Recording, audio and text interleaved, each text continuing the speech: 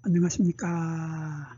한눈에 알아보는 우리 나무라고 하는 나무도감 책의 저자 박승철입니다. 오늘은 층층나무과의 산딸나무가 어떤 나무인지에 대해서 살펴보도록 하겠습니다. 우리가 산딸나무라고 하면 우리 사람들이 깜빡 속아서 살고 있는 것이 바로 산딸나무의 꽃이죠. 우리가 꽃이라고 믿고 있던 산딸나무의 꽃은 사실은 꽃이 아니었습니다. 꽃이 아닌 것을 우리가 꽃이라고 잘못 알고 있고, 진짜 꽃은 너무 작아서 눈에 잘 보이지도 않았던 것이 꽃이라고 하죠. 거기다가 또 열매 모양을 보면 열매 모양이 마치 철폐처럼 생겼는데 빨간 딸기처럼 생겼죠. 근데 그 딸기처럼 생긴 열매의 과육이 우리들이 요것이 꽃턱이 변해서 열매살로 변했다고 하는 것을 알고 있는 사람은 거의 없는 것 같습니다. 그래서 오늘 산딸나무의 꽃과 열매에 아주 특이한 특징들이 있는 것을 우리들은 모르고 살고 있었는데, 그거 한번 파헤쳐보는 기회를 갖도록 하겠습니다. 요즘 이 산딸나무의 꽃이 만발하였죠. 산딸나무의 꽃이 만발하였는데, 산딸나무의 꽃을 보면 정말 너무나 아름답습니다. 너무나 아름답고 예쁘게 보이는데, 이렇게 산딸나무의 나뭇잎들이 보면은 진한 초록색이죠. 진한 초록색에 하얀색의 꽃들이 한두 송이가 아니고 수십 송이들의 꽃들이 쫙 펼쳐져 있는 모습은 정말 장관입니다. 이렇게 꽃들로 나무 전체를 거의 뒤덮다시피 하고 있는 것이 산딸나무의 꽃입니다. 근데 우리가 이 산딸나무의 꽃을 보면은 요거 꽃잎으로 보이는 요 네 개, 하나, 둘, 세 개, 하얗게 보이는 요 꽃잎으로 보이는 요 네 개의 꽃잎과 꽃잎 속에 수술과 암술이 들어있는 이러한 모양의 꽃이 피게 되는데, 사람들 요거 다 속은 겁니다. 다 속았는데 무엇이 속았느냐고? 무엇이 속았냐 하면은 바로 우리가 꽃잎이라고 생각했던 요 하얀 꽃잎처럼 보이는 것이 사실은 꽃잎이 아니라고 합니다. 그래서 이게 꽃잎이 아니고, 그럼 꽃잎이 아니면 이게 뭡니까? 요 하얀색의 꽃잎이 아니고 이게 뭡니까? 요건 바로 이렇게 꽃차례 받침이라고 합니다. 꽃차례 받침. 한자로는 이렇게 씁니다. 총포라는 말을 씁니다. 우리 보통 그런 식물에서 포라고 하는 말을 많이 쓰는데, 그 포 앞에다 총자를 붙여서 총포라고 하고, 요 하얀 조각 하나를 총포편이라고 하죠. 그래서 요 총포편을 우리 쉬운 말로 바꾸면은 꽃차례 받침 조각이라고 합니다. 꽃차례 받침 조각이 이렇게 하나, 둘, 셋, 넷, 네 개의 꽃차례 받침 조각이 있다. 꽃차례 받침 조각이 있고 여기에 꽃이 있다. 여기 그러니까 꽃잎이 아니라는 얘기죠. 꽃잎이 아니면 그럼 꽃잎은 어떻게 생겼냐? 꽃잎은 바로 여기에 요 속에 있는 요 부분을 우리 암술과 수술이 있을 거라고 생각했던 요 부분을 확대를 해서 보면 이렇게 보입니다. 이렇게 공처럼 동그란 모양의 이러한 것이 보이게 되는데, 이걸 또 자세히 보면은 요것이 꽃 하나, 또 여기도 꽃 하나, 여기도 꽃 하나, 이렇게 여러 개의 꽃이 모여 있는 것을 알 수 있습니다. 그래서 요 꽃 하나를 자세히 보면 이런 모습이 됩니다. 이런 모습이 돼서 아까 여기 하얀색이 꽃잎이 아니라고 했는데, 진짜 꽃잎은 바로 요겁니다. 요 초록색의 네 개의 꽃잎을 가지고 있고, 네 개의 꽃잎 옆에 보면은 이렇게 길다란 수술대가 올라옵니다. 수술대도 하나, 둘, 셋, 넷. 수술대도 네 개가 있고, 수술대 끝에는 이렇게 꽃밥도 네 개가 있습니다. 이렇게 꽃밥과 수술을 가지고 있고, 여기는 암술도 가지고 있습니다. 그래서 암술은 암술로서의 역할을 다 할 수 있고, 요 아래쪽에 보면은 미씨가 들어있는 씨방이 있기 때문에 요 미씨가 들어있는 씨방은 나중에 열매가 될 수 있습니다. 그래서 수술은 수술로서의 역할을 다 할 수 있습니다. 여기 꽃밥이 있기 때문에 꽃밥 속에 꽃가루를 가지고 있어서 수술은 수술로서의 역할을 다 할 수 있고, 암술은 암술로서의 미씨를 가지고 있기 때문에 암술로서의 역할을 다 할 수 있어서 이러한 꽃을 우리들은 한자로 양성화라고 하죠. 양성화. 우리말로는 쌍성꽃이라고 합니다. 쌍성이라고 할 때 이 성자는 남자 여자를 말할 때 성이죠. 그래서 쌍성, 성이 쌍으로 있다. 그래서 남자와 여자의 성을 모두 가지고 있는 꽃이다. 그래서 쌍성꽃이라는 표현을 씁니다. 그래서 이러한 쌍성꽃이 한 개가 아니라 여기 하나, 여기 하나, 여기 하나, 여기 하나 이렇게 꽃이 보이는데, 여기 꽃이 피기 전에 꽃봉오리들도 아주 많이 있습니다. 그래서 요 꽃, 그래서 요것을 꽃이라고 하지 않고 요것을 꽃차례라고 합니다. 꽃차례. 한자로는 화서라고 하죠. 요 화서라고 하는데, 요 꽃이 달리는 모습이 마치 사람의 머리에 머리카락이 나는 것처럼 그런 형태로 꽃이 여러 개가 동그랗게 공처럼 달린다. 그래서 이러한 꽃차례를 우리들은 사람의 머리를 닮았다 해서 머리꽃차례라고 하고, 한자로는 두상화서라고 합니다. 그래서 두상화서, 머리꽃차례에 20개에서 30개나 되는 많은 꽃들이 이렇게 동그랗게 공처럼 모여서 핀다 하는 이런 특징을 가지고 있습니다. 그래서 이 꽃차례, 머리꽃차례를 머리꽃차례 아래쪽에서 이렇게 머리꽃차례를 받치고 있다. 그래서 이러한 하얀색의 요 총포라고 했던 꽃차례 받침 조각. 그래서 이 머리꽃차례를 받치고 있는 조각들이 4개가 있다. 그래서 이렇게 해서 이것은 꽃잎이 아니라 꽃차례 받침 조각이고, 꽃차례 받침 조각은 이렇게 4개가 있고 하얀색이다. 그리고 진짜 꽃의 꽃잎은 초록색으로 아주 작은 꽃이 20개 내지 30개가 이렇게 머리꽃차례로 모여서 핀다 하는 이러한 특이한 꽃을 피고, 우리 사람들은 보통 요거 깜빡 속은 겁니다. 요거 수술과 암술이라고 생각했는데 깜빡 속아서 진짜 수술과 암술이 아니라 여러 개의 20개에서 30개의 꽃이 여기에 모여 있다. 그런 뜻입니다. 그런 뜻인데, 요 꽃이 다 피고 나면은 요 꽃 하나가 모두 열매를 맺을 수 있는 능력이 있는 쌍성꽃이라고 했죠. 그래서 요 열매를 보면은 여기 20개 내지 30개의 꽃이 피었기 때문에 열매의 숫자도 20개 내지 30개가 될 것입니다.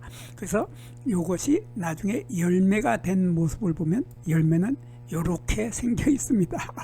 요게 지금 꽃이 피었을 때 꽃대죠. 꽃대의 모습이고, 여기에 꽃이 달려있던 것이 이제 열매로 바뀌었습니다. 10월달에 이 열매는 지금은 초록색이지만 10월달이 되면 이렇게 붉은 딸기처럼 이러한 열매를 맺게 됩니다. 그래서 요 모양이, 요 색깔이나 모양이 마치 딸기처럼 생겼다 해서 이 나무의 이름을 딸기나무다. 그래서 딸기나무인데 이 나무는 산에서 나는 딸기가 달리는 나무다. 그래서 산딸나무라는 이름이 붙었다고 합니다. 산에서 나는 딸기 같은 열매가 달리는 나무다. 그래서 산딸나무인데, 요즘 사람들은 이 딸기보다가 오히려 골프를 좋아합니다. 그래서 요 모양을 보더니 사람들은 요거 골프공을 닮았네. 골프공하고 비슷한 점이 아주 많이 보이죠. 많이 보이는데 이 열매를 자세히 보면 뭔가 이런 돌기가 달려 있습니다. 열매에 이런 돌기가 뾰족한 돌기들이 이렇게 보이는데 이 돌기들의 모양이 전체적으로 마치 중세의 유럽의 중세 유럽의 기사들이 휘두르고 다니던 철퇴의 모습을 닮았습니다. 철퇴의 모습을 닮았는데 이 철퇴의 모습을 닮은 여기에 뾰족한 이 부분, 이것을 우리들은 영구꽃 받침이라고 합니다. 영구꽃받침이라고 죄송합니다. 영구꽃받침 아니고 영구암술대라고 합니다. 영구암술대인데 꽃이 피어 있을 때 여기 꽃에 요 암술대가 요 아래에 있는 미씨가 들어있는 씨방 부분이 자라서 열매가 다 돼서 열매가 다 익고 난 다음에까지 요 암술대는 끝까지 남아있다. 그래서 요 암술대를 영구암술대라고 하는 것입니다. 영구암술대이고 한자로는 숙존화주라고 합니다. 그래서 아까 꽃이 20개에서 30개의 꽃이 모여서 달렸다 했기 때문에 여기에 열매도 보면 열매가 요거에 열매 하나, 꽃이 요 조그마한 꽃이 하나가 있고 또 하나가 있고 이렇게 해서 20-30개의 꽃이 피었기 때문에 여기 열매의 숫자도 여기 하나, 여기도 하나, 여기도 하나, 여기도 하나 해서 요 열매의 숫자가 20개 내지 30개의 열매가 모여서 달린다. 이렇게 열매가 여러 개가 모여서 뭉쳐버려 있죠. 뭉쳐 있는 이러한 형태의 열매를 한자로는 취과라고 합니다. 취과라고 하고 여기 써 있네요.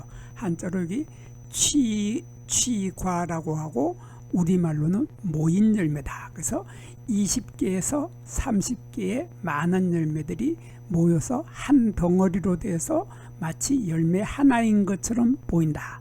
이게 바로 취과이죠. 취과인데 여기에서 요게 꽃 하나가 이렇게 열매 하나가 됐는데 여기에 요 아래쪽에 보면 요 우리가 열매를 먹을 때 열매살처럼 보이는 한자로는 과육이라고 하는 열매살처럼 보이는 요 부분은 사실은 열매살이 아니고 과탁이라고 하는 열매턱입니다. 열매턱이 살이 쪄서 이렇게 점점 부풀어서 이런 열매가 되게 됩니다. 과탁이 뭐냐?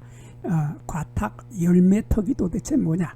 열매턱을 설명하기 위해서 제가 요 뒤에 사진 한번 보겠습니다. 요 목련의 사진을 보면은 목련의 사진을 보면 목련의 꽃이 피었을 때 목련의 여기 요 부분이 이제 수술대 끝에 달려 있는 꽃밥들이죠. 꽃밥들이 이렇게 보이고 꽃밥 가운데에 꽃밥이 암술들을 둘러싸고 있게 되는데 암술을 이렇게 삥 둘러싸고 있는데 이게 초록색 부분, 요 초록색 부분을 우리들은 한자로 화탁이라고 합니다. 화탁이라고 하고 이것을 우리말로는 꽃턱이다. 꽃의 턱이다. 그래서 이것을 꽃턱이라는 말을 씁니다. 그래서 요 초록색 부분이 꽃턱인데 요 꽃턱 화탁이라고 하는 꽃턱에는 이런 암술대들이 여기도 하나 많은 암술들이 이렇게 타닥 여기에 꽃턱에 달려 있게 됩니다. 꽃턱에 요 초록색의 꽃턱에 달려 있는 이러한 암술대 하나가 바로 요게 나중에는 열매 하나가 될 수 있는 겁니다. 요 암술 하나가 나중에 열매 하나, 요게 암술 하나도 열매 하나. 그래서 암술은 이렇게 올라와서 꼬부라져서 또르륵 말리는 것처럼 보이는 이러한 암술이 여러 개가 있게 되는데 나중에 이 꽃이 지고 나면은 우리가 꽃잎이라고 생각했던 요거 꽃덮이라고 하는데 요 꽃덮이들도 나중에 떨어지게 되겠죠. 꽃이 지고 나면 요것도 꽃잎도 떨어지고 그 속에 있던 요 수술도 떨어지지만은 요 꽃턱과 꽃턱에 달려있던 암술은 남아있게 됩니다. 그래서 요 꽃턱 부분이 나중에 꽃이 지고 나면 이러한 형태의 꽃턱으로 변신을 하죠. 변신을 하게 되는데 여기 요 부분에 지금 수술들이 달려있던 자국입니다. 수술들이 달려있던 자국이 이렇게 보이고 요 아래에 우리가 꽃잎이라고 했던 여기 꽃잎이라고 했던 요거 꽃덮이들이 달려있던 자국이 요 갈색으로 보이게 되는데 요 위에 보면은 이러한 암술들이 그대로 남아있게 됩니다. 암술이 아까 암술대가 이렇게 올라와서 꼬부라져서 이렇게 낚시바늘처럼 꼬부라져 있죠. 꼬부라졌던 이 암술대가 말라서 지금 까맣게 이렇게 변해서 꼬부라져 있는데 자세히 보면은 여기에 암술대 하나에 그 아래에 초록색의 이러한 것이 하나가 있고 암술대 하나에 이러한 초록색의 요게 보이는데 이것이 바로 미씨가 들어있는 씨방입니다. 이렇게 암술대 하나에 미씨가 들어있는 씨방. 그래서 나중에 열매가 되면 요거 한 개가 열매 하나가 되는 겁니다. 그래서 이러한 꽃턱, 화탁이라고 하는 꽃턱이 나중에 시간이 지나서 열매가 되면은 열매는 요런 모양으로 바뀌게 되죠. 요런 모양으로 바뀌게 되는데 아까 여기에 꽃턱에 있던 미씨가 들어있던 씨방 초록색 부분이 요게 초록색 부분 하나가 여기에서 빨간 색깔의 이러한 열매 하나로 변하게 됩니다. 요 열매들은 점차 자라서 이렇게 커다랗게 변하게 되죠. 커다랗게 변한 요 속에는 이러한 빨간색의 씨앗이 들어있는데 정작 요 씨앗은 빨간색의 겉씨껍질이라고 하는 씨껍질에 쌓여서 진짜 씨앗은 까맣습니다. 이런 까만색의 씨앗이 요 속에 들어있게 되는데 여기에서 이렇게 요 부분 하나가 바로 여기 꽃이 피어 있을 때 미씨가 들어있던 씨방 부분이다. 그리고 이렇게 요 전체를 우리들은 과탁이라고 합니다. 요게 꽃이 피어 있던 요것은 우리는 꽃턱, 한자로는 화탁이고 우리말로는 꽃턱이라고 하고 여기 열매가 되었을 때 요것은 과탁이라고 하고 또 열매턱이라고 합니다. 열매턱이라고 하는 이러한 것이 과탁, 열매탁 그것이 열매탁 과탁인데 여기서 산딸나무에서 그 과탁이라고 하는 것이 이렇게 열매살로 변해서 이 산딸나무에 열매를 만들게 되고 이 열매의 과탁 부분은 우리가 먹을 수 있는 거죠. 먹을 수 있고 먹어보면 맛이 달콤합니다. 달콤하고 맛이 좋은데 요 과탁이라고 하는 열매 부분을 먹으면서 요 열매를 서양 사람들은 요 열매를 따다가 와인을 만들기도 하고 또 서양 사람들은 와인도 만들지만 이것을 모아서 또 잼을 만들기도 합니다. 잼이나 와인을 만들어서 먹기도 하는데 우리나라 사람들은 서양 사람들하고 취향이 다르죠. 취향이 달라서 우리나라 사람들은 이걸로 효소를 담그게 됩니다. 효소를 담그게 되고 또 이걸 모아가지고 술을 담그게 되죠. 그래서 효소나 술을 담궈서 먹게 되는데 이것으로 효소나 술을 만들어 먹게 되면은 이 효소나 술은 사람의 몸을 튼튼하게 해주고 사람의 몸의 면역력을 증가시켜 준다고 합니다. 면역력을 증가시켜주고 요 열매를 면역력을 증가시켜주면서 요 꽃은 또 따다가 요것으로 차를 끓이게 되죠. 차를 끓여서 마시게 되는데 꽃차를 끓여서 마시게 되는데 요 꽃차를 먹게 되면은 요 꽃차는 사람들의 혈압을 낮춰주는 효과가 있다고 합니다. 그래서 사람들이 혈압이 높은 사람들은 요 꽃차를 만들어서 꽃차를 마시게 됩니다. 그리고 요 잎은 봄에 새순이 돋고 새잎이 돋아날 쯤에 우리나라의 경기도 사람들은 요 잎을 따다가 삶아서 나물로 먹게 되죠. 나물로 먹게 되는데 요 잎 속에는 칼슘이라고 하는 성분이 많이 들어있다고 합니다. 그래서 칼슘이 많이 들어있어서 사람 몸에도 좋지만은 요 잎을 따다가 동물들의 사료로 이용을 하게 됩니다. 사료로 이용하게 된다고 합니다. 그래서 칼슘이 많이 들어있기 때문에 동물들에게도 아주 유용하게 사료로 많이 이용이 되고 있으며, 그리고 요 줄기를 보면 줄기의 모양이 아주 좀 특이하고 특색이 있어 보이죠. 요 모양을 얼핏 보면은 요거는 우리 주변에서 흔히 보이는 모과나무의 나무 껍질하고 좀 비슷하게 생겼습니다. 모과나무의 나무 껍질처럼 이렇게 얇게 조각으로 이렇게 벗겨지는데, 이 사진은 겨울에 찍은 사진입니다. 겨울에 찍었더니 나무의 속살이, 나무의 속 껍질 부분이 이렇게 젓갈색을 띄어서 이 모양이 색깔이 아주 아름답죠.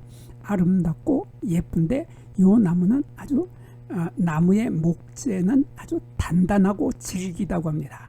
이 목재가 단단하고 질기기 때문에 이 목재를 가지고 옛날 사람들은 이 목재를 가지고 배를 짜는 배틀에 쓰는 북은 바로 이 산딸나무의 목재로 이용을 했다고 합니다. 그리고 이 산딸나무의 목재는 조금 전에도 말했듯이 단단하기 때문에 이것으로 우리들은 홍두깨를 만들기도 하고, 또 절구공이를 만들어서 쓰기도 하고, 단단한 나무가 필요한 나무망치를 요 나무로, 산딸나무로 만들어서 사용하기도 하였다고 합니다. 여기에서 잠깐 구독과 좋아요를 누르는 시간을 갖도록 하겠습니다. 여기 나무도감 공부는 박승철이 사진을 찍고 박승철이 글을 쓴 한눈에 알아보는 우리 나무라고 하는 나무도감 책을 펼쳐서 공부를 하였습니다. 공부를 하고 난 후에 만나게 되는 나무는 바로 내 친한 친구를 만나는 것처럼 반갑고 호기심 넘치고 흥미진진한 기쁨을 가슴 가득 안겨주게 될 것입니다. 오늘의 공부는 여기서 마치도록 하겠습니다. 감사합니다.